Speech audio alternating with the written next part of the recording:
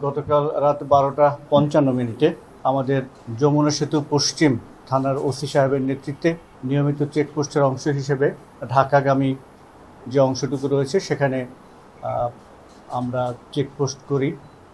Checkpost করতে গিয়ে চাঁপাইনবাবগঞ্জ থেকে আগত একটি ট্রাক এর প্রথমেই সন্দেহজনক মনে হচ্ছিল তার আচরণ চেকপোস্ট করা গেলে।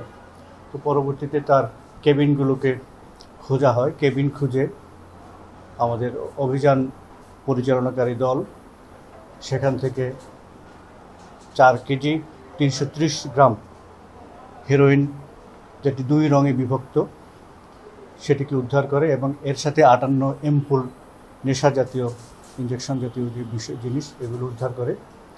তো এর সাথে 2 জনকে অ্যারেস্ট করা হয়, একজন ড্রাইভার, আরেকজন, তার সাথে আরও একটি ছেলে ছিল। তো ড্রাইভার যে ওর নামে ইতিপূর্বে ঢাকা মেট্রোপলিটন দারুস সালাম থানায় সম্ভবত একটি মামলা পেন্ডিং রয়েছে, মাদকদ্রব্য একটি মামলা পেন্ডিং রয়েছে।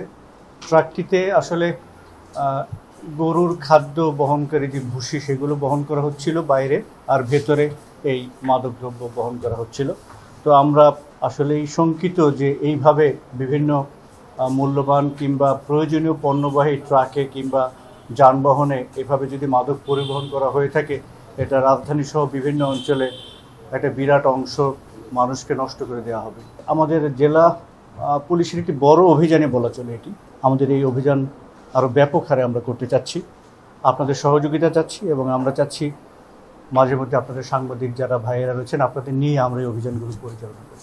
প্রথমত যে বিষয়টি, যে যানবাহনগুলো, এই যানবাহনে তো আসলে এই মাদক পরিবহন করার কথা না।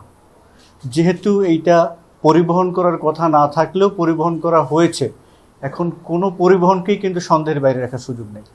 যে কোনো পরিবহনই, যাত্রীবাহী বাস হোক কিংবা ট্রাক হোক কিংবা অন্য প্রাইভেট কার হোক, যে কোনো বাহনেই কিন্তু পরিবহন হতে পারে। এটা কিন্তু সত্যিই একটা শঙ্কার বিষয়। আর আমরা জানি এখানে 4 কেজি 330 গ্রাম আনুমানিক বাজার মূল্য 4 কোটি টাকার উপরে বলে আমরা শুনেছি। আমরা তদন্ত চলমান, আমরা তাদেরকে যেসব বিষয় যেভাবে যোগাযোগ করেছে এই পথে আমরা যাওয়ার চেষ্টা করছি, যে প্রকৃত মূল উৎপাদন করতে আমরা আগ্রহী। আমরা চাচ্ছি এই মাদক সিরাজগঞ্জের জন্য হয়তো এই মাদক আসতো না, কিন্তু ঢাকার একটা বড় অংশের যুব সমাজ এই মাদকের করাল গ্রাসে পড়ে হয়তো অনেক পরিবারের অনেক সুসন্তান নষ্ট হয়ে যেত। তো আমরা এজন্য আমাদের দায়িত্ব আরও বেড়ে যাচ্ছে যে আমাদের আরও কিন্তু প্রতিনিয়ত এই ধরনের অভিযান করতে হবে। এবং একই সাথে আমরা, যেহেতু আমরা সবাই সিরাজগঞ্জবাসী, আমরা সিরাজগঞ্জকে মাদক মুক্ত রাখার ক্ষেত্রে আমরা জিরো টলারেন্স, এবং আমরা সবাই মনে করি আপনারাও আমাদের সাথে একমত হবেন, আমরা সবাই দৃঢ় প্রত্যয় যে সিরাজগঞ্জকে আমরা মাদক মুক্ত রাখবো ইনশাআল্লাহ।